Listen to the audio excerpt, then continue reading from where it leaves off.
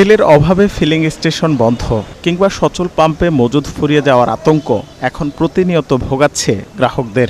যুদ্ধবিরতির খবরেও স্বস্তি আসেনি তাদের মধ্যে। কালকে 5:40 দাঁড়াইছি, পাম্পে ঢুকছি, 10 টাকার সামনে কই তেল নাই।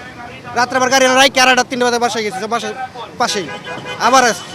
এটা খুবই অবাস্তব যে আমি 6 ঘন্টা লাইনে দাঁড়িয়ে থেকে তেল নিয়ে আবার মেডিকেলে অফিস করব। এ ব্যাপারে আমি সরকারের দৃষ্টি আকর্ষণ করছি। যদি আমরা এখন নিয়মিত তেল পাই তখন স্বস্তিটা আমরা ফিল করতে পারবো। এখন যুদ্ধ থামার পরেও যদি এরকম পরিস্থিতি চলতে থাকে তখন তার স্বস্তি আসবে। মূলত ডিপো থেকে ফিলিং স্টেশনে তেল সরবরাহে অঘোষিতভাবে রেশনিং থেকেই ভোগান্তির শুরু, যা গড়িয়েছে অবৈধ মজুদ পর্যন্ত। অথচ অবৈধ মজুদ ঠেকানোর পাশাপাশি আমদানি ঘাটতি আড়াল করতেই এই পথে হাঁটে সরকার। তথ্য বলছে, যুদ্ধের শুরুতে হরমুজ প্রণালী বন্ধ হলে আটকা পড়ে বাংলাদেশের অপরিশোধিত জ্বালানি তেলবাহী জাহাজ, যার ফলে বর্তমানে প্রায় অচল ইস্টার্ন রিফাইনারি, যে কারণে সরকারকে মনোযোগ দিতে হয় অপরিশোধিত তেল আমদানিতে। শুধু তাই নয়, চলতি মাসের শুরু থেকে বেসরকারি রিফাইনারিগুলো থেকেও কিনতে হচ্ছে চড়া দরে। এমন পরিস্থিতিতে মালয়েশিয়া, নাইজেরিয়া সহ 4টি দেশ থেকে ক্রুড আমদানির প্রস্তাব দিয়েছে ইআরএল। একটু দুঃখজনক যে তারা ঠিকমতো ব্যবস্থা করে নাই। মালয়েশিয়ায় ক্রুড আছে, নাইজেরিয়াও ক্রুড আছে, নাইজেরিয়া অনেক ক্রুড আছে, কিন্তু কথা হচ্ছে যে নাইজেরিয়া তো অনেক দূরে, এবং নাইজেরিয়ার কতখানি দেওয়ার এই মুহূর্তে ক্যাপাসিটি আছে সেটা আমরা জানি না, কিন্তু পেলে ভালো এবং এটা একটা ব্যবস্থা করে রাখা উচিত।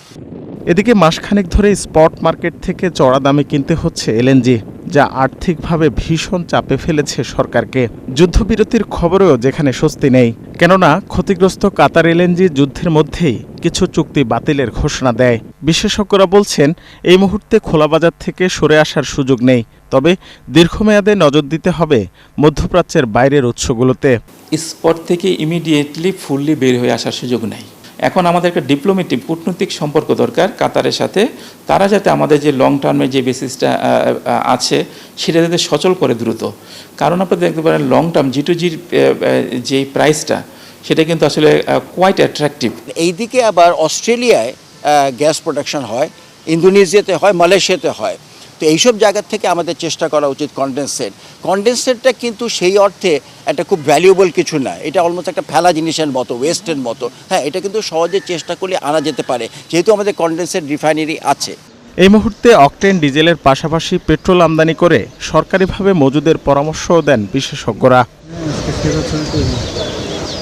রাকিব হোসেন, ৭১, ঢাকা।